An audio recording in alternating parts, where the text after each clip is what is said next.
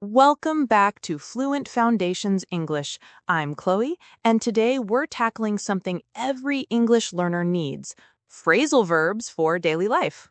And I'm Liam. Phrasal verbs can be tricky, but they're key to sounding natural.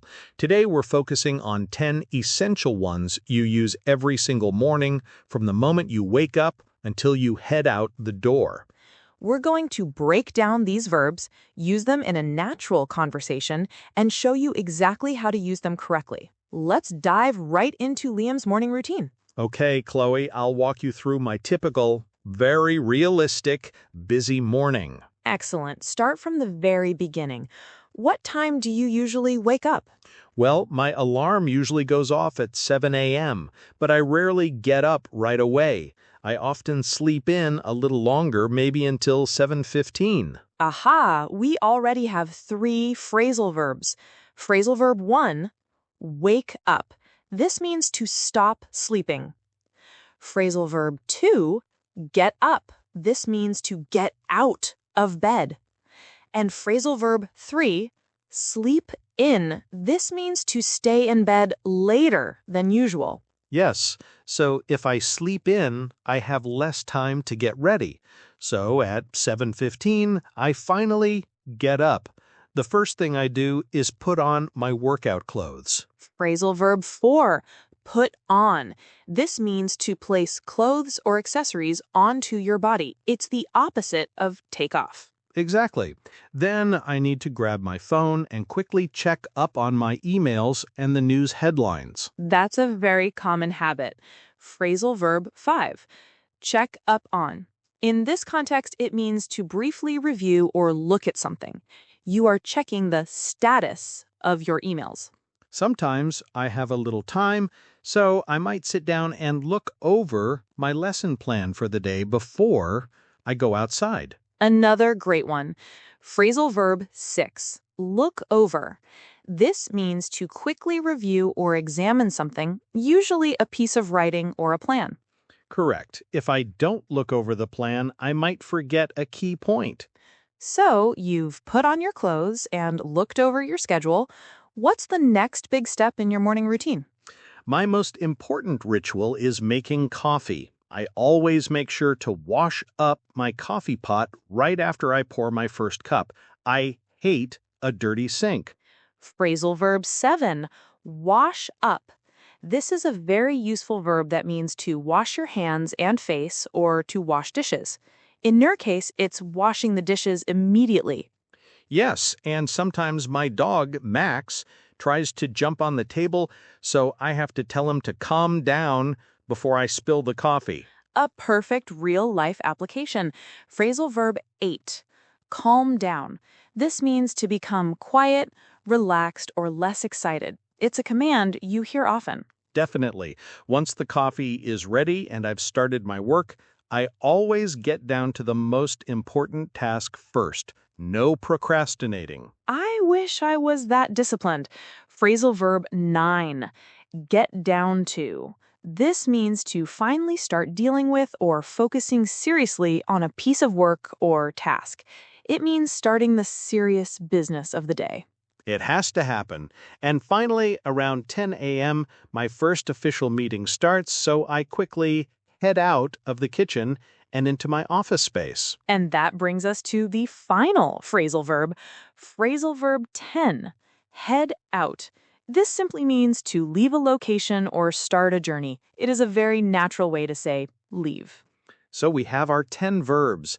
Now, let's quickly review and practice some alternatives because this is how you truly improve fluency. Great idea. Let's focus on the first 3 again. Wake up, get up, and sleep in. Instead of saying, I wake up at 7, a similar verb is I awaken at 7, but wake up is much more common. And instead of saying, I get up and leave my bed, you could say, I rise from my bed. But again, get up is the phrase used 99% of the time in casual conversation. And for sleep in, if you don't use the phrasal verb, you have to use a longer phrase, I stayed in bed longer than usual. See how efficient phrasal verbs are? They are very efficient. Let's look at put on and check up on. Liam, what's a simple substitution for put on?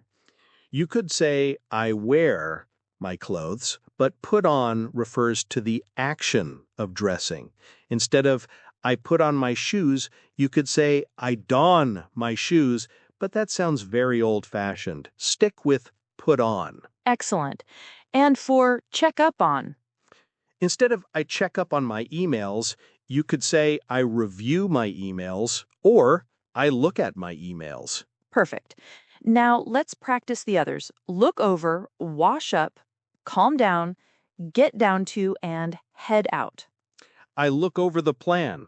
I review the plan. I wash up the dishes. I clean the dishes. I need to calm down. I need to relax. I get down to work. I start work seriously. And finally, I head out the door. I leave the house.